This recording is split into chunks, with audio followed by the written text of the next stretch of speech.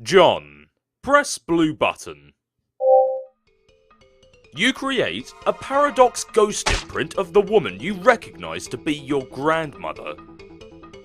The ghost sludge is sucked into a glass tube. John, activate switch 4. You switch to a monitor displaying a view of a remote island in the Pacific on December 3rd, 1995.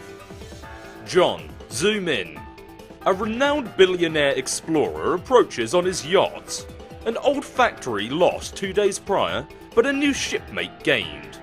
Together they settle the island and plunder its secrets. A meteor overhead streaks unnoticed, headed towards an unseasonably warm city in the central United States. Now John, press the blue button. You create a paradox ghost imprint of the man you spotted in the woods with your book. The ghost sludge is collected. John, activate switch 3. You switch to a view of an unseasonably warm city in the central United States on December 4th, 1995. John, zoom in. An outrageously awesome dude stands before a crater where his favourite record shop stood 1 day prior. He is prepared for the occasion with a small pair of outrageously awesome shades. A meteor overhead races unnoticed, headed to a lake near a laboratory on the east coast of the United States. No aquatic life would survive. John, press blue button. You create a paradox ghost imprint of the outrageously awesome dude. The sludge is allocated to one of another pair of tubes. John, activate switch 2. You switch again to a view of your neighbourhood on April 13th, 1996. It is the day of your birth. There is more real estate you do not recognise near the recently devastated baked goods facility. It is a shopping mall you have never seen before. John, zoom in. A professional lady and new mother has travelled from the opposite coast at the behest of a famous and wealthy scientist to study one of numerous recent celestial anomalies where he is on expedition. She notices a meteor overhead on collision course with a quaint family joke shop. A distinguished gentleman notices the lady and comes outside to greet her. Oblivious to the threat above, the gentleman's mother remains inside, busying herself with a tall bookshelf, a ladder, and a rather hefty unabridged joke book.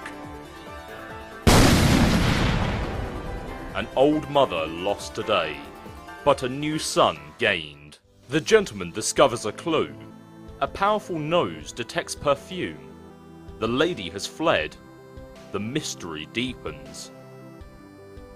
But the monitor has not lost track of the lady. John, press blue button.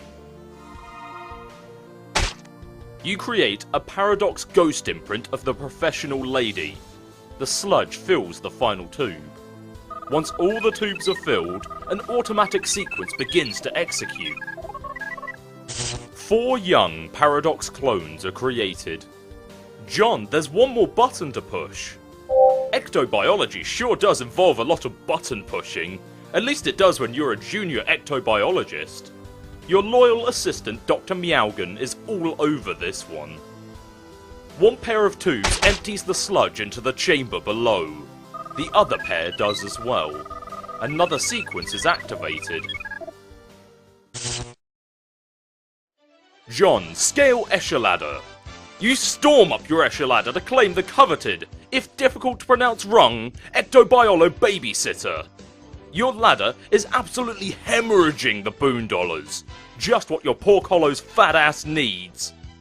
You surpass 1 million boondollars and trade them all in for a single whopping boonbuck. This is of course going directly into the college fund for these youngsters. Sure is heavy. Into the hollow it goes.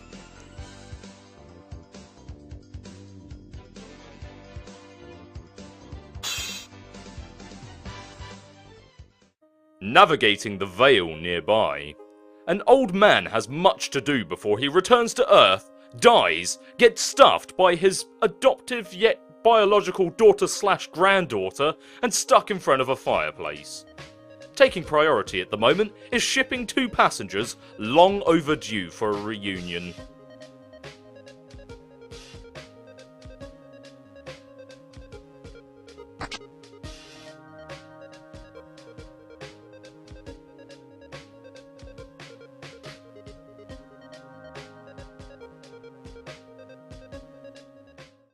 CG, Troll John. See, this is a case in point. What point? The point I was just making about the ultimate riddle. You blithering, feculent shithole. Okay, that's your cue to laugh at me some more, I guess. Because you seem to really get off whenever I flame you. Humans are deranged. Oh man, I must be getting closer to the conversation where you're trolling me harder. This is pretty exciting. I can't wait to see what you got up your sleeve. You see what I mean? Fuck you about that! Anyway, you weren't making a point about the ultimate riddle, dude. Yes, I was, and now I'm losing my train of thought, dipshit! Nope, we never talked about it. Yet. Oh, hell, that's right! Damn it, I guess this is going to be confusing. Oh, you're just starting to figure that out now? See, I kinda painted myself into a corner. I started trolling you at the end, just before the rift, and then jumped back a little, and now I guess I've become railroaded into working backwards here. Unless I want to do this sort of dumb schizophrenic hopping around like the others. Oh my god, I know, you've already told me like 1,000,000 times. I have? Wow. I can't wait for all those amazing conversations to take place. It's going to be like that human vacation with the giant red chimney asshole up in here. You know, the one where a bunch of moaning nook suckers sing at a little pine tree, I think? Man, I've gotta say, I'm a little disappointed by this masterful trolling you're bragging about. I was bragging? Why would I bother with that pedantic human horseshit? Maybe you should consider that I was bragging to get your hopes up in the future, only to let you down, and thus troll you masterfully in that respect. Maybe, but that would be pretty weak too. Your brittle human calcium-based skull is what is weak. And if you and I were in the proximity of a blunt instrument, I wouldn't have much trouble proving it. Whatever. So what was this case in point you were talking about anyway? I was scrolling back and noticed you were in the Veil. Whoa, I am? Yeah, dum-dum, you're tumbling around on a big goddamn meteor. And you just created younger versions of yourselves and your guardians. Probably by mucking around with that thing like a doofus. Wait, these are baby versions of us? So clueless. What did you think you were doing there anyway? Well, I saw footage of my Nana and some other people who I'm pretty sure were like Jade's grandpa and Rose's mom and stuff from a long time ago. And then there were all these little guys scurrying around. So they're like cloned copies of us? No, they're literally you and your guardians. Paradox clones. Huh? What do you mean they're literally us? Do they go back in time? Yeah, obviously. Great guess, brain hero. But technically, they aren't even sent back in time, because with respect to the medium, your universe's timeline is meaningless. Seriously, why would it give a crap about Earth's past or future or whatever? From its perspective, it's just a bunch of points to choose from. Just like your chronology is from our perspective. But I guess that's a bunch of semantics. With respect to your personal chronology, yeah, they go back in time.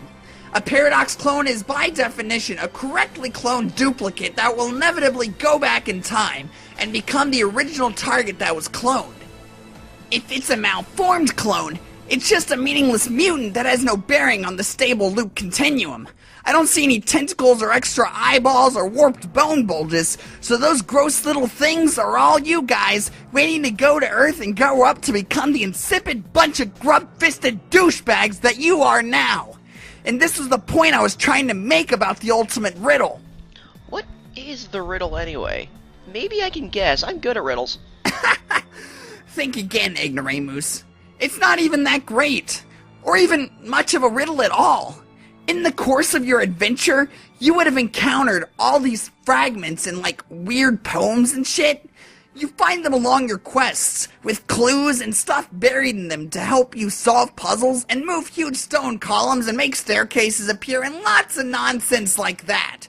And it's all masked in this flowery sort of frothy, poetic jackassery that nobody really cares about. And I sure as hell don't care about spoiling it for you. But what all these lofty, symbolic allusions boil down to is some grander statement about what you see happening here. That you were always the key to seeding your own existence through this game. And any hope that it could have played out differently, or that you could have avoided this whole mess, was always just a ruse. A distraction, perhaps? What? Never mind. Because if it didn't go down this way, then how are you even born? Get it? Which is especially pathetic since Paradox Space apparently went through all this trouble just to make you have to fail and die. Really, there's nothing more tragic than these null sessions full of kids entering the game and fulfilling some cosmic destiny shit just to get wiped out and leave behind an empty, pointless insipisphere for all eternity. Actually, it's sort of hilarious, or it would be if it didn't affect me personally.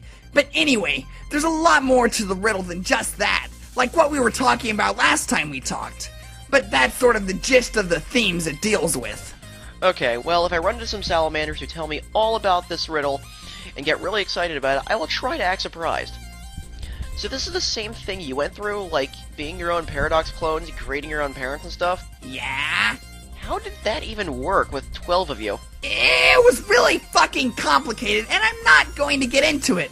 Our family structure's already way more complicated than yours, even without getting spooky time slime involved. Basically, we have nothing in common whatsoever. Except maybe this. I was the guy in your position to make all these clones, and frankly, it all kind of freaked me the hell out. Huh? Yeah, I guess, but now that you mention it, I'm finding all this a little strange. Oh, only just now! Fuck, you are fast! I hope you got the mad boombucks to pay off those speeding tickets. No, I mean the ghost stuff and paradoxes are one thing, of course. It's something else, it's just, this is really weird. What's so weird about it? Well, normally humans hatch from, like, these slimy pods, then we wriggle out as a little pink larva. Oh, really? Huh. Maybe we have more in common than I thought. Maybe those really are mutant clones, and they aren't going back to seed your planet? Sure? Hell, I'm confused now. Not that I give a shit about you and your pointless, awful lives. Hey, I have an idea. Why don't you go back to me in a few minutes? And I mean, like, a few minutes of my time, not yours. All these little pink monkeys are getting way out of line, and I have to tend to them. If you message me in a couple minutes, we can continue conversing at the same linear fashion for a change. Okay? And then after that, you can keep going backwards and make fun of me riding my little red rocket. You can tell me I look like a silly little Paradox clone fresh out of the slime tube, and this is just all a big nursery time recess jamboree. That would burn me good! Okay, that is pretty good, but I can't use it because you said it. And then later, i.e. right now, you would get the satisfaction of knowing you were the one to come up with that burn. See, you are dealing with a pro. You can't out-troll me, so just forget it and stop trying. John, tend to the little pink monkeys. They're scrambling all over the place. They appear to be preoccupied by some of the objects littered around the lab. At least it's keeping them busy.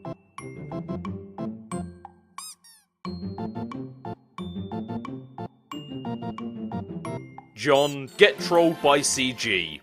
Again. Okay, it's a few minutes later. Look how sane and linear we're being. Yeah! Okay, awesome. Now fuck you and goodbye. Wait! What? I was just looking at these rascals and I was wondering, how they go back in time and stuff and become us? Does it have something to do with the Reckoning? How do you know about that? You told me. We had this great dare going to see who could be the least helpful and informative, and you totally lost, dude. You were hella helpful. I was obviously just fighting your stupid, pointless human dare. What is a dare anyway? It's nothing. Someone says do something and then, oh, laugh, laugh, you lose if you don't do it. That isn't anything that deserves a word. We don't even have a word for dare in our language. The closest approximation would be worthless fucking bullshit waste of time for silly little children. Oh wow, is that the title of a movie too? Yes, it's the title of every dumb movie you ever liked. That isn't even true and doesn't make sense. Anyway, how could we make a dare if I'm moving backwards on your timeline? You would dare me to do something, then I would do it next time, but then you wouldn't even remember the dare because we didn't make it yet.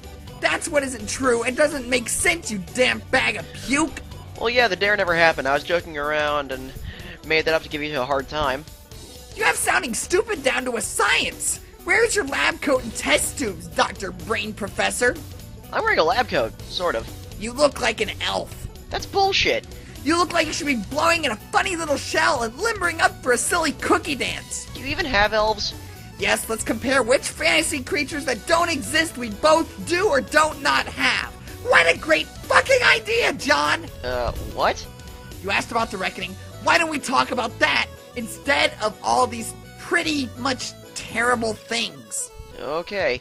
Yeah, so when the Reckoning starts happening, all these Paradox clones get shipped off to meteors, flung through sky and defense portals, and sent back to Earth. End of story, I guess. Bye. Wait, so that means we're all sort of like Superman? Yeah, I guess. Cool! You all trace the mythological footsteps of your beloved human Superman, who's really just a muscular Caucasian alien. It's hilarious how humans worship him as the pinnacle of human heroism and virtue, but he isn't even human. Actually, it's incredibly pathetic, but also in a way kind of admirable, because it means deep down, you must realize who your daddy is. We are, bitches. Yeah, Superman is pretty cool, I guess. Did you know Nicolas Cage was almost going to play Superman one time? Oh my throbbing phlegm lobe, who gives a barfing fuck about that? John Egbert, you have just assassinated my patience. Adios, loser. Wait! Get back to me in a couple minutes, okay? Fine.